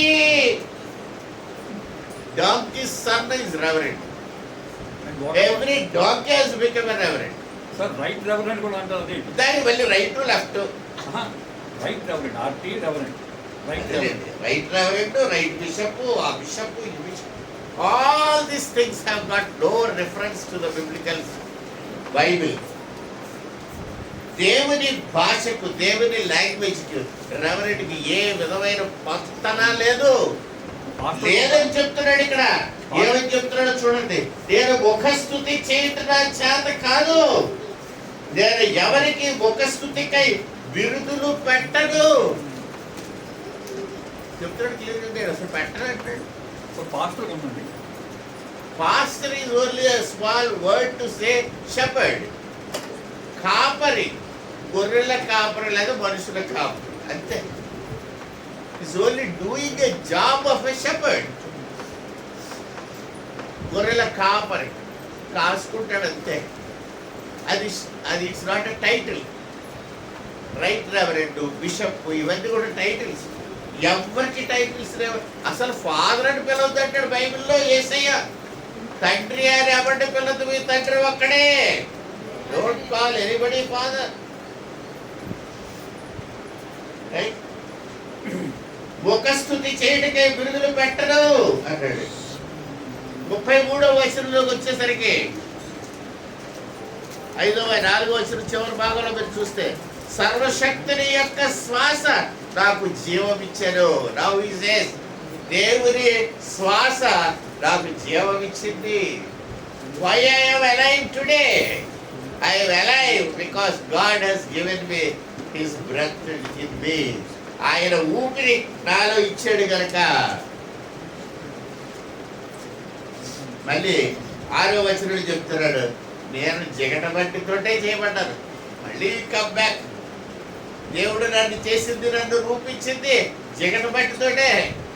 no doubt I accept it. కానీ నాలో ఉన్నది దేవుని ఆత్మ. ఈ ఆత్మ వల్ల నేను ఏ విగ్రహానికి మొక్కను, నేను ఏ విగ్రహానికి నమస్కరించను. నువ్వు ఆపాదించిన దెయ్యానికి నేను మొక్కను. కాబట్టి దేవుని బిడ్డలారా 15వ వచనంలో చూస్తే, కలలో రాత్రి కలుగు స్వప్నములను నరులు గర్విష్ఠులు కాకుండా చేయనట్లు, తాము తలచిన కార్యములను వారు మానుకొనున్నట్లు చేయనట్లు, గోతికి పోకుండా వారిని కాపాడినట్లు, కత్తి వలన నశింపకుండా వారి ప్రాణములు తప్పించినట్లు ఆయన వారి చెవులను తెరవచేయువాడు. ఎన్ని 4 కారణాలు చెప్పాడు. 4 కారణాలు ఇంటికి చదువుకోండి. ఈ 4 కారణాల నుంచి మిమ్మల్ని తప్పించడానికి ఆయన ఉపన్యాసుడు ఏం చేస్తాడంటే, చెవులు తెరుస్తాడట. చెవులు తెరవబడిన వాడు చెప్పు మాటలు ఏమనగా అంటాడు. దేవుడు మీ చెవులు తెరుస్తాడట. చెవులు తెరిస్తే ఏమొస్తుందండి? చెవులు తెరిస్తే ఏమొస్తుంది? గురువు వస్తుంది కదా కదా. చెవులు తెరిస్తే ఏమొస్తుంది? చెవులు తెరిస్తే బాగా వినడం. చెవులు తెరిస్తే ఏమొస్తుంది?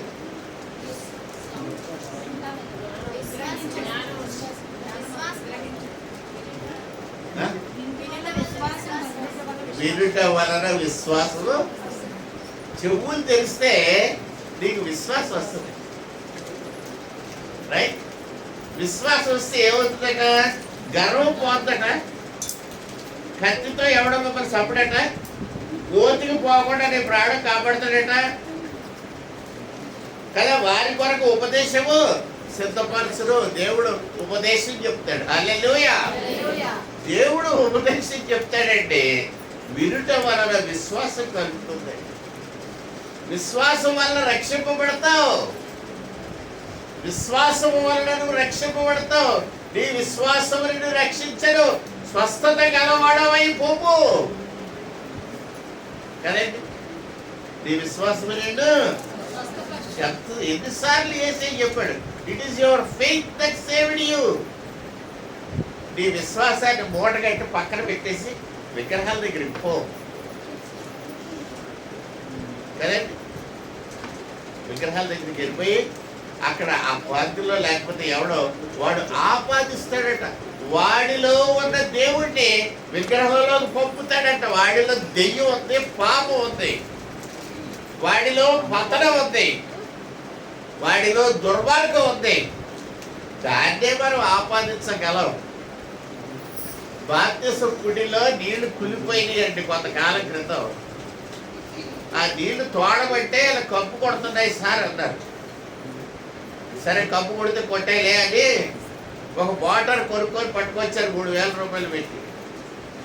ఆ మోటార్కు ఒక గొట్టం పెట్టి అందులో పెట్టి నీళ్లు తోడేసాం బయటికి. తోడేసిన తర్వాత నీళ్ళు మంచి వాసన కొడతాయా, కులికప్పు కొడతాయంటే చెప్పండి. భారతదేశం కుండీలో నీళ్లు కులికప్పు కొడుతున్నాయి. కులికప్పు కొడుతున్న నీళ్ళు ఎవరు తోడమంటే మోటార్ పెట్టి తోడేవు. తోడిన తర్వాత ఆ నీళ్ళు కప్పు కొడతాయా, కులికప్పు కొడతాయా, మంచి కప్పు కొడతాయి? మంచి కప్పు కొడతాయా? కులికప్పే కొడతాయి. నీళ్ళు కులికప్పే కొడతాయి కదా. నీలో ఉన్న దెయ్యాన్ని విగ్రహంలోకి ఆపాదిస్తే అది విగ్రహం కప్పు కొడుతుందా, ఏం కొడుతుంది? దానికి దండం పెడితే ఆ కప్పు నీకు అంటుకుంటుందా, అంటుకోదే. అందుకే విగ్రహారాధన దూరముగా పారిపోండి. That gives you bad smell అని బైబిల్ గ్రంథం చెప్తా ఉంది. హల్లెలూయా. దేవుని దగ్గరికి వస్తే ఆయనకి చెవులు తెరవ చేస్తాడు అన్నది 8వ వాక్యం, 8వ వచనం, అంటే 8వ మాట. ఉపదేశం నీ కొరకు సిద్ధంగా ఉంటుంది అని ఆఖరిగా చెప్తున్నాను చూడండి. వేలాది దూతలలో గరుడకు ఒకడు వారి మధ్యవర్తి అయ్యుండిన ఎడల దేవుడు వారి యందు కరుణ చూపి పాతాళంలోనికి దిగి వెళ్లకుండా వారిని విడిపించును. ప్రాయశ్చిత్తము నాకు దొరికని. ఈ మాట ఆ ఎలీహు అన్నవాడు చెప్పేస్తున్నాడు. Is the youngest man. ఉన్నవాడు అందరిలో చిన్నాడు. ఏం చెప్తున్నాడు? యోగుకి చెప్తున్నాడు, ఇంకెవరికి చెప్తున్నాడు? ఎలీఫస్కి చెప్తున్నాడు, బిల్దదుకి చెప్తున్నాడు, జాఫర్కి చెప్తున్నాడు, all the friends of Job వాళ్ళందరికీ చెప్తున్నాడు. దూతలలో గరుడైన ఒకడు మనకు మధ్యవర్తి అయి ఉంటుంది. ఎందుకు ఆ మాటలు చెప్తున్నాడు చెప్పండి రండి. ఈ యోగు గ్రంథం రాసే టైంకి దేవుని యొక్క ప్రణాళికలో యేసు ప్రభు భూమి మీదకి శిలువ మీద మరణించడానికి వస్తాడు అన్నది ఇంకా డిసైడ్ అవ్వలేదండి. అంటే you can imagine how old this book is. ఆదాము పుట్టక ముందు, ఏదేను వరం లేనప్పుడు, దేవదూతలు లేనప్పుడు, సుర సృష్టి దేవుడు చెయ్యక ముందు, అనాది కాలపు సంకల్పములో దేవుని మనస్సులో ఉన్న plan, somebody will have to mediate between man and myself. నాకు మనుషులకు మధ్యవర్తి ఉండాలి అన్న తలంపు దేవునికి కలిగినప్పుడు ఈ ఎలీహు అన్నవాడు, I don't know whether is a man or not, ఆయన మనిషో కాదు కూడా మనది.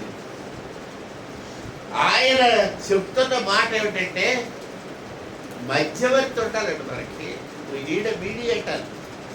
అందుకే యేసు ప్రభు కావాలి. నేనే మార్గమును సత్యమును జీవమును అయ్యున్నాను. హల్లెలూయా. మీరు ఏ తండ్రి దగ్గరికి రావాలంటే నా ద్వారానే మీరు వెళ్ళాలి తప్ప ఇంకొకటి ద్వారా మీరు యూ కెనాట్ గో కదా. మీరు నా ద్వారా వెళ్ళాలి. యేసు ప్రభు అంటే ప్రభువా నువ్వు రక్షకుడిగా నేను అంగీకరిస్తున్నాను అని మీరు నీళ్ళల్లో ఒప్పుకుంటే పరలోక రాజ్యం మీది. హల్లెలూయా. ఒప్పుకోకపోతే మీకు రాదండి.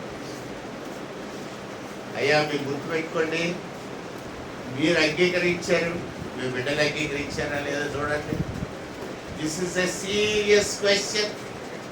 రేపు పొద్దున నీ కొడుకు నీ కూతురు ఏమైనా అయిపోతే వాళ్ళు ఎక్కడికి వెళ్తారో తెలుసురండి. భయంకరమైన దురాత్మలు ఉండే స్థానానికి వెళ్తారు. పాతాళలోకం ఎంత భయంకరంగా ఉంటుందో దేవుడిని ఒకసారి చూపించి మరి అడగొచ్చుగా, ప్రార్థన చేయొచ్చుగా. ప్రభు నాకు ఒకసారి పాతాళం చూపించి మరి అడిగితే అందరు వెళ్ళిపోతారు. మీరు ఆ దృశ్యం మీరు చూడలేరు.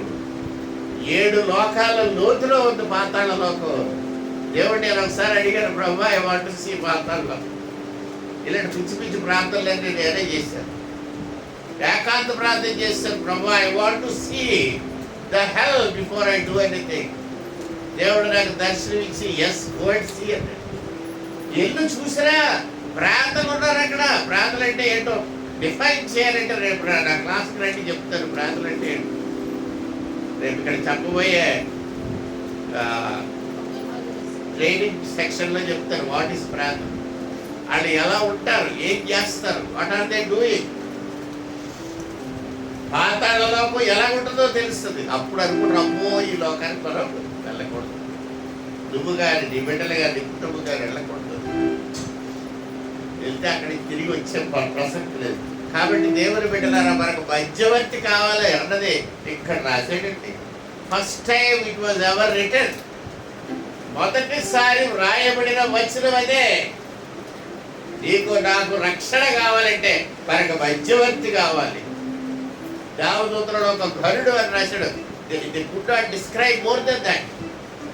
అక్కడ ప్రిస్క్రిప్షన్ రాయడానికి ఏమీ లేదు కాబట్టి ఘనుడైన దేవదూత ఒకడు అన్నాడు అంతే. ఆ ఘనుడైన దేవదూత ఎవరు, ఎలా వచ్చాడు, ఆ దూత మనకి ఎలాగ రక్షణ ఇచ్చాడు. హల్లెలూయా. కాబట్టి దేవుని బిడ్డలారా, one of the wonderful books of the Bible, అద్భుతమైన పుస్తకాల్లో, బైబిల్ గ్రంథంలో ఉన్న పుస్తకాల్లో మహా అద్భుతమైన పుస్తకం యోబు గ్రంథం. ఈ యోబు గ్రంథంలో తవ్వే కొద్ది వత్సరాలే. The more deeper we go into it, the more precious it will be. ప్రశస్తమైన విలువైన గ్రంథంగా మనకు కనబడుతుంది. హల్లెలూయా. చాలా మందికి ఆకలికి వస్తుంది, చాలాసేపు చెప్పేస్తారు, ఇంకా ఆపరేటర్ బాబు.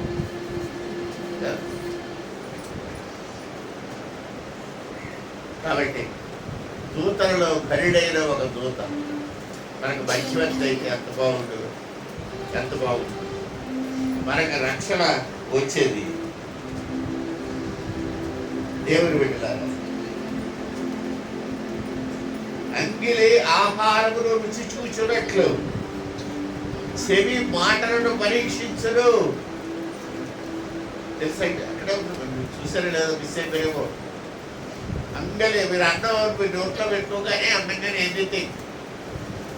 మనకి నాలుక టేస్ట్ చెప్తుంది అని మన జ్ఞానేంద్రియాల్లో నాలుగు ఒకటైనా మనం వేసుకుంటాం చిన్నప్పుడు. ద బైబిల్ సేస్ అంగుడి అంటే నోట్లో ఉన్న మీద భాగం రుచి చెప్తుంది అని బైబిల్లో ఉంది. Which is correct? బైబిల్ కరెక్టా, సైన్స్ కరెక్టా? టేస్ట్ బడ్స్ నాలుగు మీద ఉన్నాయి. No doubt taste buds are there on the tongue. But the Bible says, అంగలి ఆహారమును రుచి చూసినట్లు. ఇవన్నీ కంపారిజన్. ఏం దేంతో? చెవి మాటలను పరీక్షించును. మనకి రుచి తెలియాలంటే నాలుక మీద ఆహారం పెట్టుకొని అంగుడికేసి ప్రెస్ చెయ్యాలి కదా. మనం తిన్నప్పుడు అది మీరు తెలుసో తెలియక మీరు ఏం తింటారో నాకు తెలియదు. తినేటప్పుడు మీ నాలుక అంగుడి మీదకి వెళ్ళి ఆహారాన్ని ప్రెస్ చేస్తుంది. అప్పుడు ఆహారంలో ఉన్న రుచి నాలుక మీద పడి నాలుకలో ఉన్న సెన్స్ బడ్స్ నుంచి బ్రెయిన్కి వెళ్ళి కూరలో కుమారి ఉప్పు ఎక్కువ వేసిందని చెప్తుంది కదండి. లేకపోతే పెరుగులో నీరు కలిపేశారని చెప్తుంది. ప్యాకెట్లన్నీ పట్టుకుపోయారని చెప్తుంది. కూర అట్టుకుపోయారని చెప్తుంది కదండి. కారం ఎక్కువ వేస్తారని చెప్తుంది. ఏంటి చెప్తుంది తెలుసా? ఇదంతా మీ నాలుకలో ఉన్న దెయ్యం మాట్లాడే మాటలు. దయచేసి మీ నాలుక దెయ్యం కాకుండా ఉండాలంటే don't talk this kind of rubbish. ఎప్పుడో ఏమీ పట్టుకుపోవట్లేదు, పట్టుకుపోయినా పట్టుకుపోతున్నారు వాళ్ళ ఇష్టం. Nobody has any right to question them. Anybody. ప్లేట్లు పట్టుకుపోతున్నారని తెలుసు, పట్టుకుపోయినా అన్నాం. నేనే చెప్తున్నాను. ఆల్ ద 3 of us పెద్దోళ్ళు ముగ్గురు కలుసుకున్నాం. ప్లేట్లు 50 కొన్నాం, పోయాయి. ఏం చేయమంటారు అంటారు. 200 కొనండి కొన్నారు. ఇక్కడ పెట్ట బోర్డు ఉన్నాయి, ఇందులో నేను తీసుకున్నాను. బకెట్లు పోతున్నాయి, పోతే కొనండి, కొత్త కొనండి అన్నారు. అదే పద్ధతి అన్నావు. అదంతే, దేవుడు సమృద్ధిని ఇచ్చాడు, కొనండి, పట్టుమని పట్టుకోండి, మళ్ళీ కొనండి. సాకులు పట్టుమని పెట్టండి. అమ్మో కత్తి పట్టుకెళ్ళిపోతారండి, కత్తి పట్టుకు ఇప్పుడు కొనవయ్యా, వద్దని చెప్తలేదు నేను, పట్టుమని ఇప్పుడు పడ్డావు. ఎన్నిసార్లు పట్టుకెళ్ళిపోతారండి మీరు చెప్పండి? ఎన్నిసార్లు పడిపోతారు? ఒక కత్తిని బయటకెళ్తారు, 2 కత్తులు పోయి జుట్టు కత్తిరించుకోవాలి. నెక్స్ట్ ఏం చేయాలంటే మళ్ళీకి రాకు, జుట్టే లేదు, కత్తిరించుకోతామంటే. So nobody should talk about food. సంఘంలో పెట్టిన ఆహారం చక్కగా తినండి, మిగిలిపోతే పట్టుకోండి. కొంచెం ఇక్కడ గొయ్యి తీసి కప్పెట్టద్దు, ఒకరికి వేయొద్దు. Take whatever is remaining, take it home. ఆడబట్టుపోతున్నాడు, ఈడబట్టుపోతున్నాడు మాట్లాడొద్దు. ఎవరు పట్టుకెళ్తున్నారో ఎవరు పట్టుకెళ్ళలేదు. 7 సీసీ కెమెరాలు ఉన్నాయి. అన్నిటికంటే పెద్ద సీసీ కెమెరా అక్కడ ఉందండి, సెటిలైట్ లో. ఎక్కడ చూసుకుంటది అది చూసుకుంటది. మీకెందుకు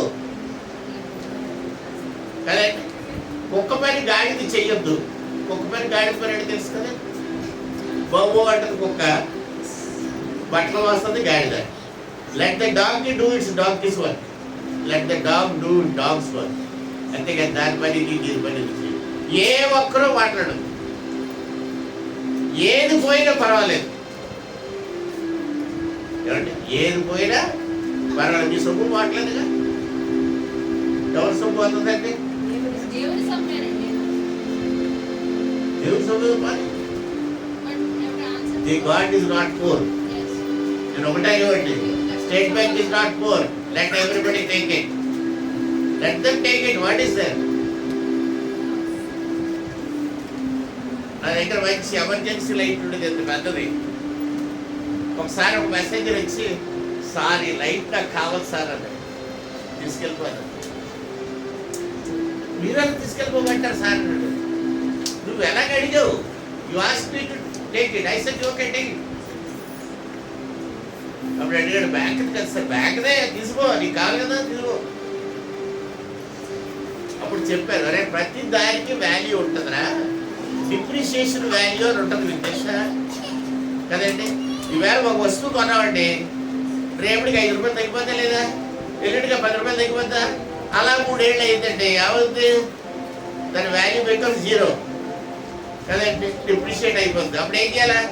ఎవడోడు వచ్చి అడిగాడు, పట్టుకో భయ్యా అదనగా కొత్తది కొను, టెక్నాలజీ మారిపోయింది, బ్యాటరీ మారిపోయింది, ఎల్ఈడీలు వచ్చి, ఇంకా పాతకాలపు గ్యాస్ కొట్టుకొని పెట్రోల్ మెస్ లైట్ ఎట్టుకొని కూర్చుంటావా? కొవ్వు తెగించుకుంటావా? టెక్నాలజీ చేంజ్ అయిపోయింది. 18 లైట్లు కొన్నాడు, ట్యూబ్ లైట్లు. నేను ఆడొచ్చాడు, సీలింగ్ పెట్టాడు, ఈ లైట్లు వేస్తాడు. ఆ 18 తీసి పరిచాడు. ఆ మూలలు ఉన్నాయి, ఎవరికైనా కావాలని పెట్టుకెళ్ళాడు. So nothing to worry. ఏదో బంగారం పట్టుకుపోయి అడుకోవద్దు. God is abundantly giving us. దేవుడు సమృద్ధిగా మనకి ఇస్తాడు. చెత్తగులో ఏరుకోవడానికి ప్రయత్నం చేయొద్దు, ఒకళ్ళొకళ్ళు నిందించుకోవద్దు. God is giving us abundantly. దేవుడిచ్చే ఆశీర్వాదాలు పొందండి. నోటి దురుసు కట్టి పెట్టండి. మీ నోటి దురుసులన్నీ నాకు వినబడతాయి. ఇంకో విషయం చెప్పండి, ఒక సీక్రెట్ గా మాట్లాడుకున్నా ఇక్కడ చోట బూచి కనపడుతుందండి. ఈ బూచి ఏం చేస్తుంది తెలుసండి? It is transmitting my message to all over the world. New York లో నా ఫ్రెండ్స్ వింటున్నారు వాక్యాన్ని, కెనడాలో మా అబ్బాయి వింటున్నాడు. ఇది పంపిస్తుంది అక్కడికి లైవ్. ఇందులో ఎడిటింగ్ ఏం లేదు. మీరు మాట్లాడుకునే ప్రతి మాట సరే, ఎక్కడ మాట్లాడుకున్నది? చెవిలో మాట్లాడుకున్నది ఎక్కడ నిలబడుతుందండి? మిద్ది మీద నిలబడుతుందండి. ఎక్కడ నిలబడుతుంది? నిలబడుతుందా లేదా? నిలబడుతుందా? 7 కెమెరాలు మాట్లాడుతున్నాయి. వాడికి చెవులంటే అన్నాడు, ఆకాశపు పక్షులు వార్తలు కొనుగోలు అన్నాడు. రాజు మీద మీరు ఎట్టి పరిస్థితిలో రాజుని శపించకండి. రెక్కలు గలది వర్తమానం తీసుకొని పోవును. తప్పు చెప్తున్నాడు అనుకుంటారు. వాక్యం చూపించమంటారా? పరమ కింద కాదమ్మా, ప్రసంగి గ్రంథం ప్రసంగి గ్రంథం 18వ అధ్యాయం 10వ వచనం, 10వ అధ్యాయం. నీ మనస్సునందైనను రాజుని శపించవద్దు. 10వ అధ్యాయం 20వ వాక్యం వింటారు, ఎవరు చదవండి. అయ్యా వింటారు, ఎవరు చదవండి. ప్రసంగి గ్రంథం 10వ అధ్యాయము 20వ వాక్యం సగం చదువుతున్నాను. నీ మనస్సునందైనను రాజుని శపించవద్దు. నీ పడక గదిలోనైనను ఐశ్వర్యవంతులను శపించవద్దు. యాలనగా ఆకాశ పక్షులు సమాచారము కొనిపోవును. రెక్కలు గలది, రెక్కలు గలది సంగతి తెలుపును. ఆకాశ పక్షులు అన్నాడు, ఓకే. రెక్కలు గలది అన్నాడు ఏంటి? రెక్కలు కలదంటే పావులు అనుకుంటారా మీరు? కాదండి. మీరు సాటిలైట్ చూస్తారా ఎప్పుడైనా? టీవీ వర్తమానాలు పంపే సాటిలైట్, దానికి 2 రెక్కలు ఉంటాయి ఇలాగా, అది రెక్కలైట్. రెక్కలు కలది వర్తమానం పట్టుకెళ్ళిపోతుంటే ఆ సాటిలైట్ ఇలా తిరుగుతూ ఉంటది, చూసారా? ఆగిబట్ట ఆ పైన ఆకాశంలో ఇలా తిరుగుతుంది, అది రెక్కలు కలదండి. అందుకే ఇక్కడ పక్షులు అన్నాడు, మళ్ళీ పక్షులు కాదు రెక్కలు కలదన్నాడు, సాటిలైట్. ఇది ఎవరు పట్టుకెళ్తున్నారు ఇక్కడ మెసేజ్? నేను చెప్తున్న ఈ మాటలు ఎవరు పట్టుకెళ్తున్నారు? రెక్కలు కలది, అది సాటిలైట్ పట్టుకెళ్తుంది అక్కడికి. హల్లెలూయా. కాబట్టి ప్రియమైన దేవుని బిడ్డలారా, అవసరం వచ్చింది కదా చెప్తున్నారు. Please don't talk evil about others. మిగతా వాళ్ళ గురించి ఏ విషయంలో కూడా చెడ్డ అనేది మీ నాలుక మీదకి రాకూడదని ఈ దినాన్ని మీకు ఆదేశిస్తూ ఉన్నా. You talk good about others. అందరూ మంచి వాళ్ళని మాట్లాడారు, ఏ ఒక్కరిని కూడా చెడ్డ వాళ్ళు అని అనద్దు. ఒకవేళ మీరు అలాగంటే ఆ చెడు మీ మీదకి వస్తుంది. అందుకని నేను చెప్తున్నాను, కాపరిగా మీ మీదకి ఏ చెడు రాకూడదని ఈ విషయం మీకు తెలియపరుస్తా ఉన్నారు. ఏది ఏమైపోయినా పైన దేవుడు ఉన్నాడు, డైరెక్ట్ గా మాట్లాడతాడు, నాతో డైరెక్ట్ గా మాట్లాడతాడు. ప్రతి విషయం నాకు చెప్తాడు, చెప్పకుండా లేడు నా దేవుడు. నా దేవుడు నాతో డిస్కస్ చేయకుండా లేడు. And he talks so much to me. ప్రతి చిన్న విషయం, స్మాల్ థింగ్ మొదలుకొని పెద్ద విషయం వరకు he tells me, and he doesn't do anything without telling me. చెప్పకుండా ఆయన చేయడు. బాధ్యత నాది. I take the responsibility because the Lord is trustworthy. ఆయన నమ్మదగిన వాడు కనుక నేను ఆయనకు నమ్మదగిన వాడిగా ఉంటున్నాను. హల్లెలూయా. కాబట్టి దేవుని ప్రియబిడ్డలారా, ఎలీహు అన్నవాడు అంతకంటే చిన్నోడు. పరమస్ చెన్నైశ్వరం పుస్తకం రాశాడు. అందులో ఏ రాశాడో వచ్చి వాళ్ళకి చెప్తాను. వాక్యం మొదలు పెట్టగానే గుర్తు చేయండి. పరమస్తు చెన్నైశ్వరుడు ఏం రాశాడో చెప్పండి సార్, చెప్తారన్నారు, అడగండి. దేవుడు మిమ్మల్ని బహుగా దీవించి ఆశీర్వదించిన కాక. చక్కగా భోంచేయండి, హ్యాపీగా వెళ్ళండి. మొక్కల హాలిడేస్లో జరిగే వీటికల గురించి, వీటికలు కాదు ట్రైనింగ్ క్లాసుల గురించి రండి. You become students once again. అనేక విషయాలు నేర్చుకోండి, తద్బీదు పొందండి. దేవునికి సన్నిహితమైన బ్రతుకులు కలిగిన వారిగా జీవించండి. ఆశీర్వదించబడిన జనాంగంగా మీరు మారండి. దేవుడు మిమ్మల్ని బహుగా దీవించిన కాక. ప్రార్థన చేద్దాం. ప్రేమగల దేవానికి స్తోత్రాలు. మీ దీవెన ఆశీర్వాదం కాపుదల మాకు ఇచ్చి మీ సేవలో మమ్మల్ని వాడుకొని మీ సాక్షులుగా నిలబెట్టుకోండి. ప్రభువైన యేసుక్రీస్తు వారి పరిశుద్ధ నామములో ప్రార్థిస్తున్నాము తండ్రి, ఆమేన్. లేచి నిలబడదాం. పరలోకమందున మా తండ్రి, నీ నామం పరిశుద్ధపరచుకుని గాక, నీ రాజ్యం వచ్చును గాక, నీ చిత్త పరలోకమందు నెరవేర్చున్నట్లు భూమి మీద నెరవేరుడు గాక. కావలసిన ఆహారం నేడు మాకు దయచేయము. వారి రుణస్తులు క్షమించిన ప్రకారం వారి రుణాలు క్షమించుము. సోదరుడానికి దాకా కీడును తప్పించుము. రాజ్యము బలము మహిమ నిరంతరం నీవై ఉన్నావు తండ్రి, ఆమేన్. తండ్రి అయిన దేవుడు, కుమారుడైన యేసుక్రీస్తు ప్రభు మిమ్మల్ని బహుగా దీవించి ఆశీర్వదించి బలపరచును గాక. ఆమేన్. కర్తమము